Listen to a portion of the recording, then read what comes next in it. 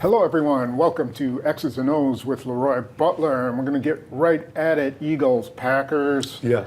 Saquon Barkley. Remember against the Giants last year, he kind of had his way until he fumbled at the end. Remember that long run he had? I remember that. Then he fumbled, kept the Packers in the game. Yeah, but this is never good.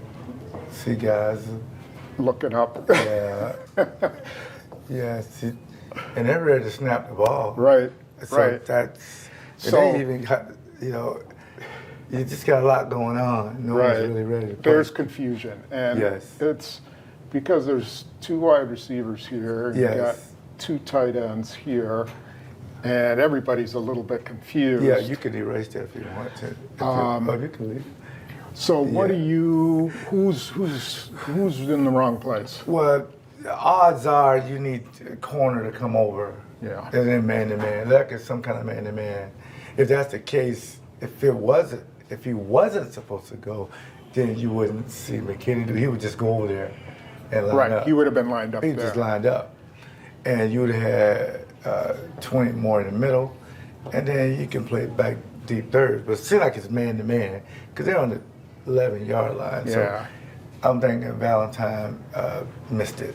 So we'll do the play, then we'll go back and show what it would have looked like if Valentine had been in the right place. Yes. Okay, so here's where they're starting to use Edgerrin Cooper. He's the third linebacker. You got Walker, McDuffie, and part of it you like about that is, okay, he can cover a tight end coming out of here. He can cover Barkley coming out of here a lot better than McDuffie. And I think as we talked in 5 questions, I think we're going to see more of him. I'm hoping so. And I would like to see it just on lineup. You're too heavy this way with all 3 linebackers. Shouldn't be standing next to each other. 7 should be maybe there, and 58 should be there, and 56 should be here by himself. Because it's too distorted this way, and I'm sure that's what they're saying. Because they have the numbers 3-on-2 here. Right. Because all you want to do is get him to the space, the line. Right. And you tell Barkley, you got to make a guy miss. But if you see in their alignment, as you erase this, you see where they're lined up. I don't think that. Yeah, and as far as we know, if 24 was over here, this could have just been a toss over here because they got, the guys to do that too, right? And if they wanted to do a bootleg too, there would be nobody there. So and you said LaFleur mentioned somebody, a couple of alignment there, and so that we assume is right. Okay, so here we go. Yeah. Now eventually they come over, like what we just said, they come over, but you got the double team here. Now what you want in these 2 double teams is don't pick a side, stay in the gap here. So if the guy moves off to come here, then you can make the tackle. Yeah.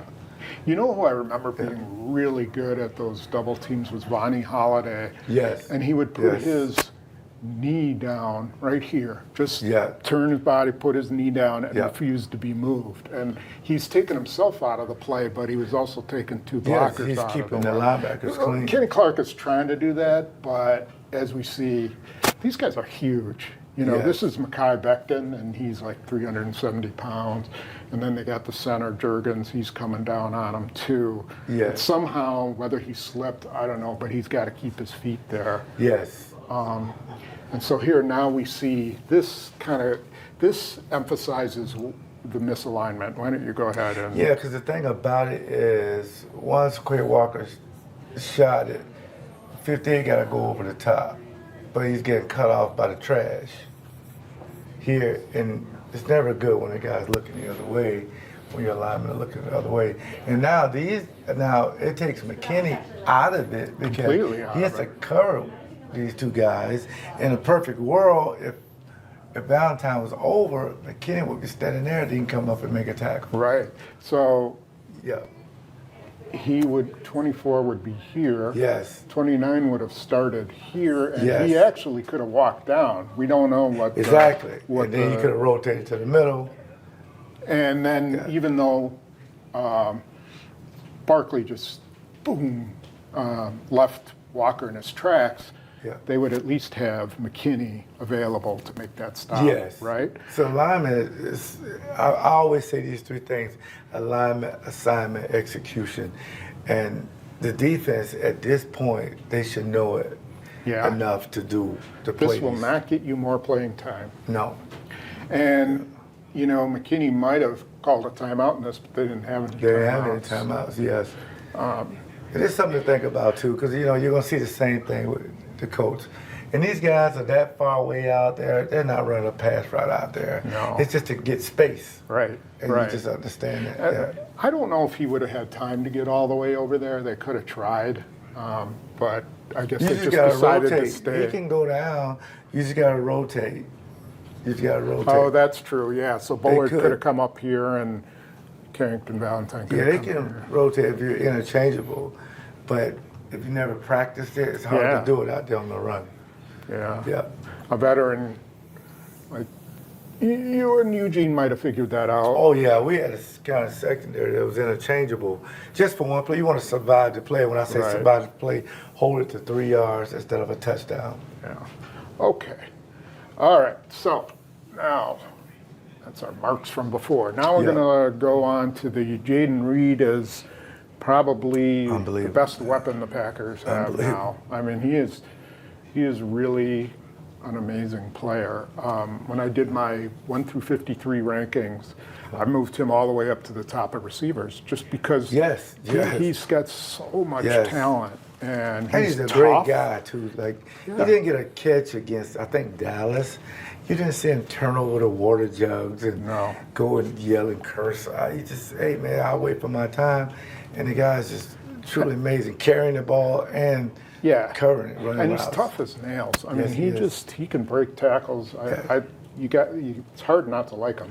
I like this formation because remember I was telling you about moving people, and 9 started here, Yeah. but he came in motion, just him here. Yep. When you do that, and they're playing cover 3, and they're just going to rush 4. But when you have a guy like this in these gaps like this, you know, and you got a wide 9 like this, you got a safety walk down, a linebacker in there, and George immediately know, oh, well, the corner didn't go over, so then run with him, so it's zone. Okay. So that part is good, but you got to have great protection here. The question is, are they going to stay in, halves, or go is this into going thirds. to rotate? Yes. And then this guy's going to come down because Watson is. Yep, but coming they'll have over. trips to this side. Yep. Another thing I want to point out is that this guy, Tucker Kraft, has become their starting tight end. I mean, he played way more than Musgrave, and Yeah. some of the blocks, I mean, he had a holding call, but if you look at some of the blocks, he is a tough dude. I think we're going to see him on the field a lot more. Okay, so tell us what's going on and here. to your point, he has to be active in this or it won't work.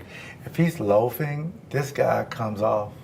But you got to run and keep, the cornerback busy. Right. You got to run as if you run a route. Right. So, and they have 5 eligibles out. Now, there's some issue there. So, Yeah, but you got 5 guys to block 4. Oh. And Zach Bond, man, again, Braun. He had a great career game. day, man. Yeah. 15 tackles, 2 sacks. So Probably should have tell us what's going on up top here. Well, see, you have a window. That's what Love is looking at, these windows here, and everything has to relate. Now, we're playing a cover 2 or 3 zone. Don't leave your area. Don't leave your area for no reason. And what happens is when 8 comes over, Jacobs, a guy avoids his area. And when you do that, you create space. And you see Reed just about to go over. And they're doing what we used to call a follow route. You're going to try to clear it out, this window, for this guy to run right there. And that because guy's normally wide open. this guy has to make a decision whether he's going to double here or double here, right? Right. And he almost can't because you got 5 people out. And again, you don't see Watson, who's not pitcher, he's over here. Right. He's going to be running deep too. So it puts a lot of pressure. So most defensive coordinators, they feel better about 3 guys in the thirds deep. Right. And you got everybody else underneath. Right. But you got to stay there. If you leave, you avoid that zone. You'll see it on the next picture when Jordan Love step up. See, he followed him. Yep. He stepped up. He's supposed to stay back. He can't leave. And there's your window.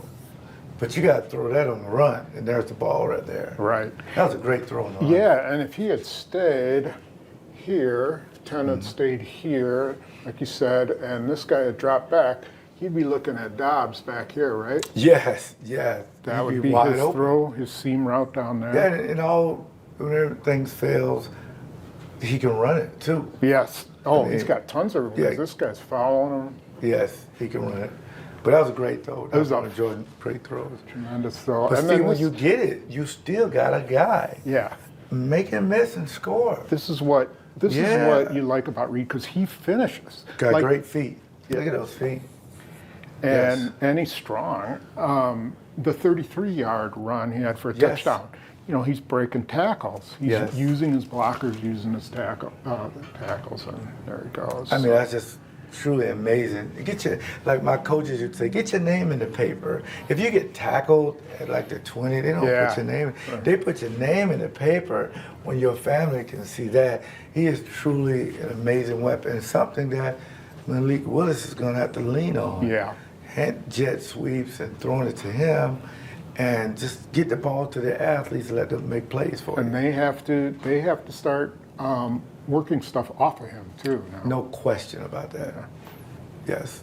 Okay. Yeah, I'm pretty excited about that. Good. So yeah, if they can do that, I think they can survive. Again, it's alumni weekend, but they gotta get a game plan to get 11 the ball and run Josh Jacobs. Yeah. Yeah. Okay. Well, thank you very much for Yep. joining us on X's and O's, and we'll be Yes. back after the Colts game with more of both 5 questions and X's and O's. And again, anywhere you get podcasts, download the Leap 36 podcast. Yep. See you next week.